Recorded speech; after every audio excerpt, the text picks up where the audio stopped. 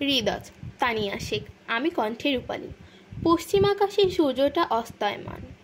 একটু পর সূর্য পুরোপুরি অস্ত যেতে সেখানে ছড়িয়ে পড়ল একরাশ লালিমা। গোধূলি লঙ্ঘের সেই ক্ষণে অসিতপুর এসে পৌঁছায় শাহরিয়ার। এই গায়ে পূর্বে কখনো আসেনি ও। বাস স্ট্যান্ডে নেমে এদিক ওদিক সলজ্জে তাকালো। সাজের বাতি জ্বলছে দোকানে দোকানে। খুব একটা লোক সমাগম নেই এখন। অপরিচিত স্থান, অপরিচিত মানুষের মুখ শাহরিয়াকে যার পরনাই সংকুচিত করে তোলে। স্ট্যান্ডের এক কোণে বিরাট এক বটগাছ সত্রে দাঁড়িয়ে আছে। দেখেই অনুমেহ বহু পুরানো এক বয়স। দূর দিগন্তে পাখিরা ঝাঁক বেঁধে নিড়ে ফিরছে। হঠাৎ ওর মনে হলো, আচ্ছা, সব পাখিরই কি আপন নীড় আছে? হয়তো আছে, কিন্তু শাহরিয়ার নিজের বলার মতো কোনো নেই।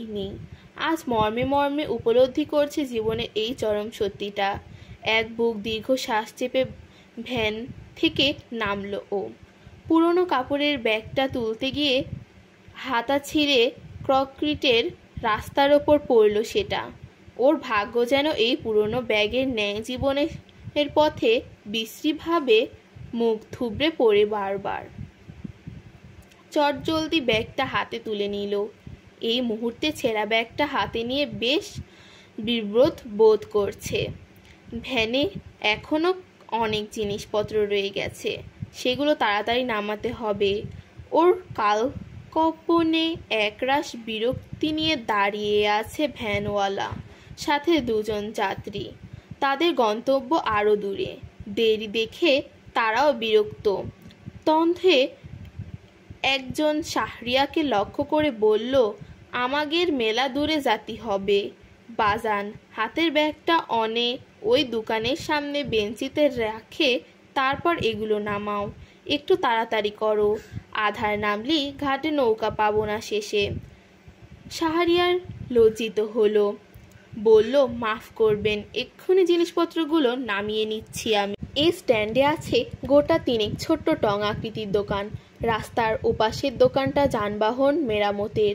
দোকানদার ব্যস্ত হাতে হারিকেনের আলোয় সাইকেলের টায়ার চেঞ্জ করছে। এদিকে দুটো দোকানের মাঝ দিয়ে সরু রাস্তা চলে গেছে গ্রামের ভেতরে।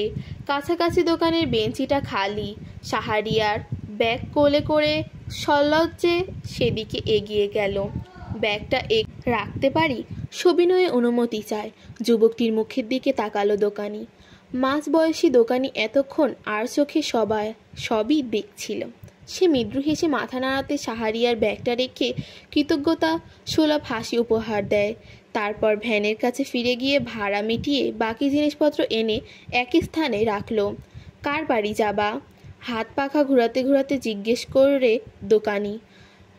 মোকলেছুর খন্দকারের বাড়িতে। বাড়িটা কোন দিকে বলতে পারেন? দোকানদার হাত তুলে ডান দিকে ইশারা করে বলে, ওই যে দেখা যায় বড় নারকেল গাছের পাশে বাড়ি, ওটাই খন্দকার বাড়ি। খুব স্পষ্ট দেখা না গেল গাছগাছালি ঘেরা আধা পাকা বাড়িটা দেখতে পেল শাহরিয়ার। 2 মিনিটের পথ, তবু এত জিনিস একেবারে নিয়ে তো যেতে পারবে না। এখন উপায় দোকানদারি বলতে বাতলে দিল।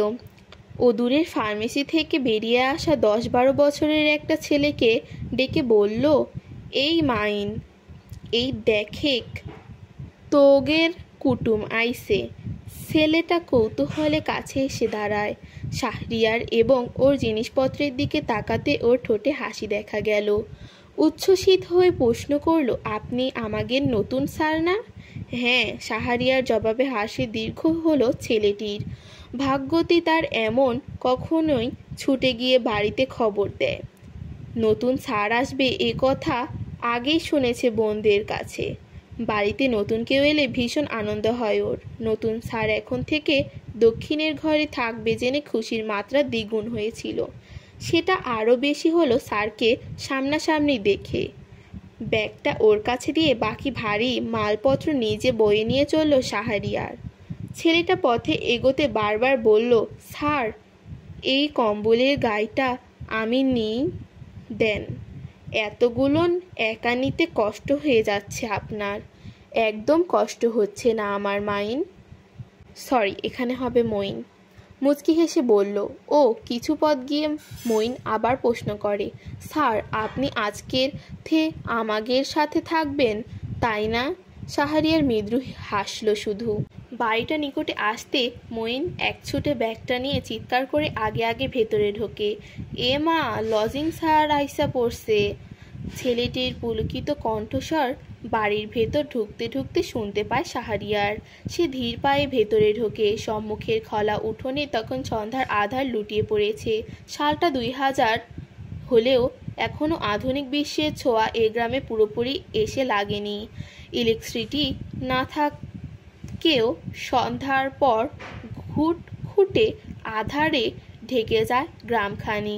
টিমটিমে কেরোসিন বাতির আলো তখন যা সম্বল, শাহরিয়ারের মামার গ্রামখানিও এমন আজ আরাগা। এই ছিল পর্ব 1। পরবর্তী পর্ব চাইলে কমেন্ট করো।